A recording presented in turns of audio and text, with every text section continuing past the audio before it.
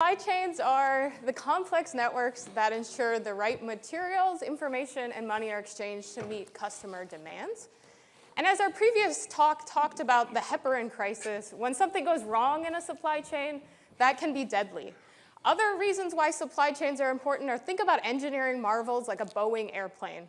They require raw materials sourced globally to be manufactured in innovative processes and require thousands of technical people to be coordinated to make that airplane fly.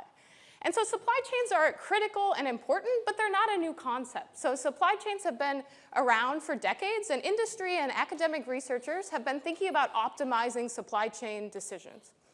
However, today I want to talk to you about how supply chains are changing. And that change is due to the digitalization of how we live our lives and how the businesses operate. It's due to all this massive data that is available to us. And if we can really tap into that data to drive decision making, I believe the supply chains of tomorrow will be radically different than the ones today. And at Rensselaer, we're at the forefront of thinking differently about supply chain design. So across campus, across disciplines, we are thinking about data-driven supply chains. And there's a number of research projects going on, but I think two words really illustrate this research. The first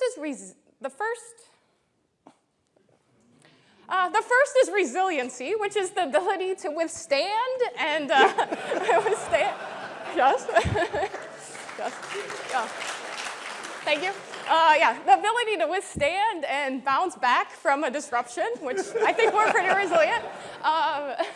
And the current hurricanes in Puerto Rico, Texas, and Florida illustrate the importance and how critical supply chain resiliency research is.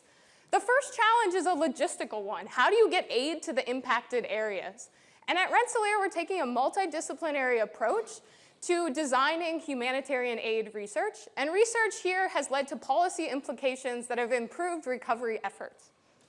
These are complicated problems because before we can offer the aid to the impacted areas, we need to remove debris from roads and we need to restore power. This means they're interdependent networks, and each of those different organizations are making their own decision making. And therefore, the power and the promise of data has shown with research at Rensselaer that if we can share and facilitate the right data, we can improve how fast we can get these networks up and running. The hurricanes have caused a second supply chain challenge. Did you know that 10% of all US prescribed medication is produced in Puerto Rico? And many of those are only produced there. Therefore, even if you are not in the impacted areas, you may be impacted by these hurricanes because of supply chains. And so research at Rensselaer into mitigation and preparedness is looking at how do you prevent this cascading failure where just a few key suppliers can have impacts all the way to the customer level. The second word about the research going on at Rensselaer is agility. Agility is the ability to be flexible and to change your decisions based on the current state of what's going on. So an agile supply chain is a data-driven supply chain that is able to take in real-time information and update operational decisions. So why do we need agile supply chains? Well, because today's customers are demanding it. You and I are expecting a wide variety of things to be delivered to your home. You are probably not willing to wait very long. You want them in not pallet sizes, but smaller.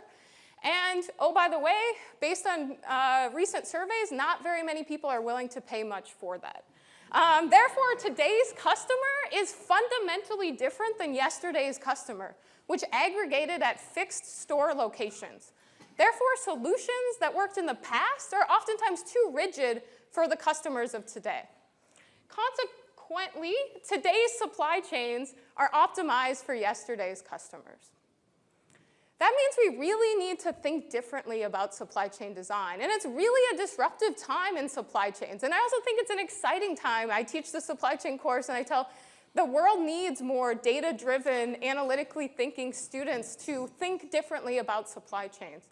And one way to rethink supply chains is to think about what we mean by capacity. So I ask you, do you think there's extra capacity on this road? Do you think we could move any more goods or people throughout this roadway? Any thoughts? Motorcycles? So if I ask that same question with this picture here, the answer is clearly yes. There's all kinds of underutilized resources available on that roadway. We can move many more humans or goods, but we need to think differently about what we mean by capacity. So we can't think about the car unit. We need to get smaller.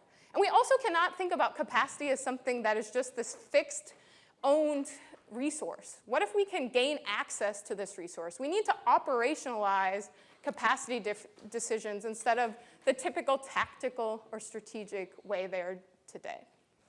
And throughout the supply chain, there are many examples of underutilized resources. And this is really powerful. If we can use the data and the algorithms that are needed, we can tap into them and go from what is a very fixed supply chain network to a dynamic supply chain network.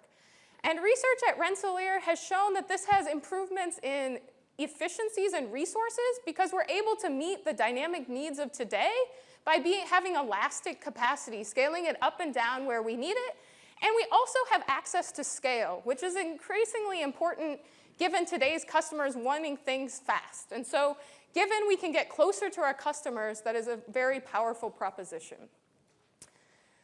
So I firmly believe the supply chains of tomorrow will be radically different than today. But this requires us to take all of that data that exists around us and truly use it to drive decision making. This requires us to think differently and think about new systems and processes about how supply chains operate, but it also requires fundamental research into data science and analytics and operations research such that we take this data and push it to drive decision making. And now I'm going to hand it back to Jim to talk about the challenges of doing so.